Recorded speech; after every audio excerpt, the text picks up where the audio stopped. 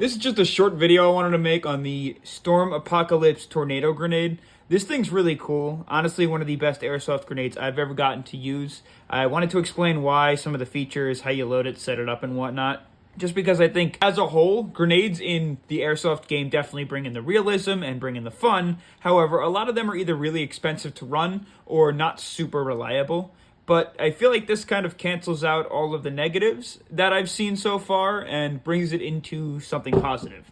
And then obviously how I run it on my kit and whatnot. First things first, the grenade. It's this octagon style shape. It's got all these really crazy looking patterns on it. It comes in black or orange, and I colored mine because obviously it's difficult to find black in the woods. Absolutely played myself. So to start off, there's a couple different areas I want to look at. Your gas fill valve is right on the side.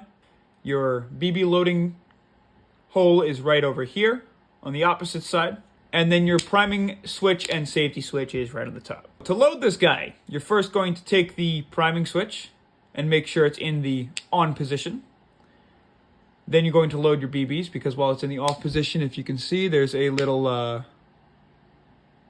safety wall that keeps the BBs from locking out. You're going to load all your BBs. It takes 150 rounds, and it winds down this guy all the way to the bottom like a spiral staircase. When you can't get any more in, you're going to go ahead and take this guy from the on position to the off position. Lock the BBs in place. They won't be able to come out. If you can hear very little to minimum rattling, then you know they're all loaded and there's no empty spaces. Then you're going to load your gas. Pump your gas on in. You don't hear any more gas coming out of the container. You know it's full. And then you're ready to roll. Whenever you want to use the grenade, you can prime it, and you can hold it as long as you want. Why? Because it's an impact grenade, which means that it's not going to go off until it hits something. When it does hit something, the entire grenade will spill out all of the BBs and gas, propelling it through that spiral staircase in a reverse pattern, and it will just fold all over the place. I'll show you some videos that I took right now.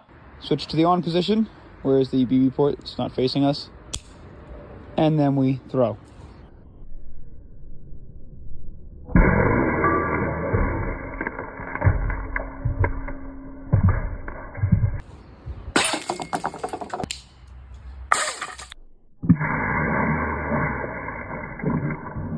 So how do I mount this sucker? Well, it doesn't really work with all the regular grenade airsoft pouches because it's kind of chunky. So what do? I found this 3D print file on Cold 3D. It's a simple plastic MOLLE pouch adapter. I'll link to this in the description. It's relatively cheap. You find a friend that has a 3D printer. They can print it up for you in just a couple hours, and if you don't, then you can send it off to a company and have it printed through them for an extra couple bucks. How does it work? Well, it latches in the bottom with these two teeth and closes like so. Stays on very sturdy, and to get it off, you just thumb it and it's done. Back on. Thumb it and back on. Again, I'll try it again. Thumb off, back on. Super simple. The way that I run it, this is one of my pouches that I'll show you for example. I have all my mags up at the top, and then I set this guy up on the side. All you do is take that one panel,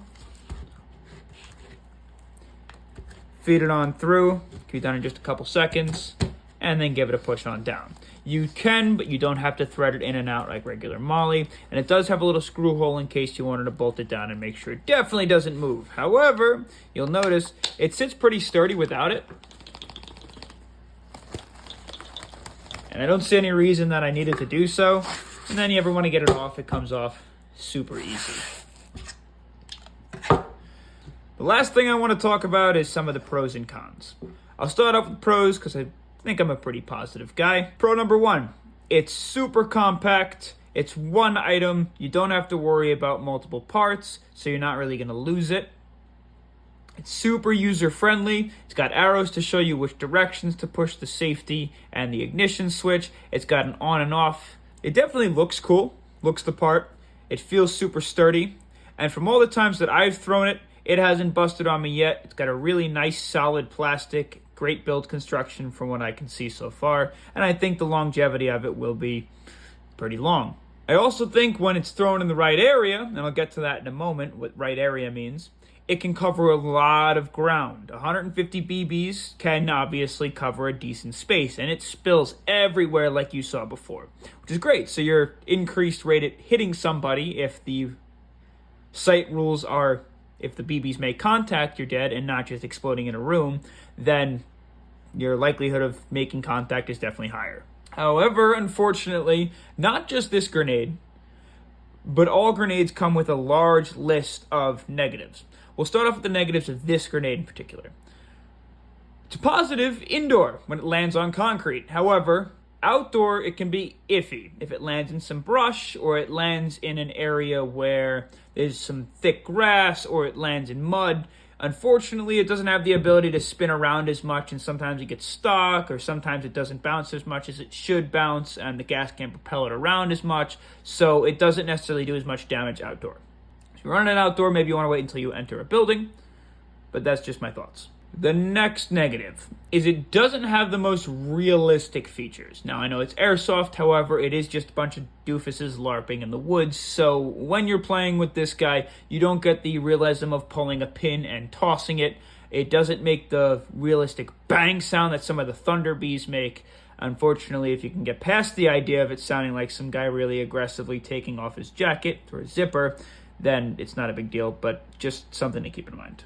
It doesn't really fit in standard grenade pouches, could be another negative. It being somewhere between $70 and $100, depending on where you purchase them from, can also be another negative.